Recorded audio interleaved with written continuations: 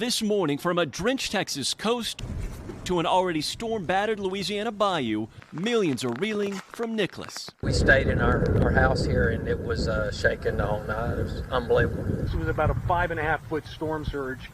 24 hours after the storm made landfall in Texas as a hurricane, packing nearly 100-mile-an-hour winds, more than 100,000 people remain in the dark. Our number one issue is power.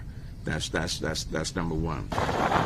As cleanup and electric crews got to work in Texas's hard-hit communities, Nicholas turned toward Louisiana, a state still hurting from the loss of life and devastation caused by Hurricane Ida.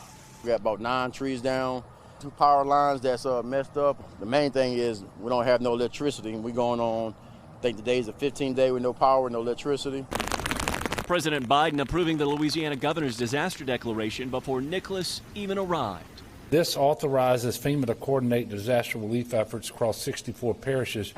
In Lake Charles, the scars of past hurricanes impossible to miss. Whatever Rachel Wiley didn't lose to Hurricane Laura, she did just weeks later to Delta. Has it really felt like one right after the other? Yes. Yes. It has. You can't give up. When you have kids, you can't show them that you're scared. The path of Nicholas at times erratic. Now forecast to move across Mississippi, Alabama, and the Florida Panhandle, with almost nonstop rain, proving this storm is far from over.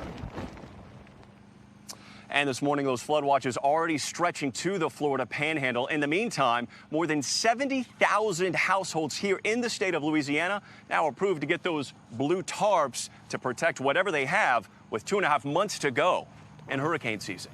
Hoda? All right, Morgan Chesky for us there in Lake Charles, Louisiana. Morgan, thank you. Let's bring Al into the conversation. Those flooding concerns are real, and where is it headed next? Well, we've got a slow mover on our hands. We've already seen almost 14 inches of rain in Galveston, almost 4 inches in New Orleans, and it's not quite done yet. We do have those flood watches for 6 million people. Rainfall rates 2 to 3 inches per hour, stretching from Louisiana all the way to almost to Tallahassee with this system pushing forward. Right now, it's 15 miles northeast of Port Arthur, 30-mile-per-hour winds. It's moving east at only 3 miles per hour. You can walk faster than this thing, and it just kind of meanders now through Louisiana and then on into Mississippi.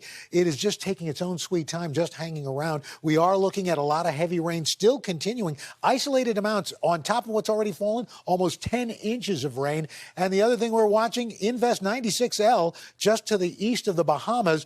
You look at the chance of development over the next 2 days, we're looking at a 60% chance, and it comes awfully close to the Carolinas, so we're going to be watching this very closely over the next 72 hours. Guys? All right, Al, thank you.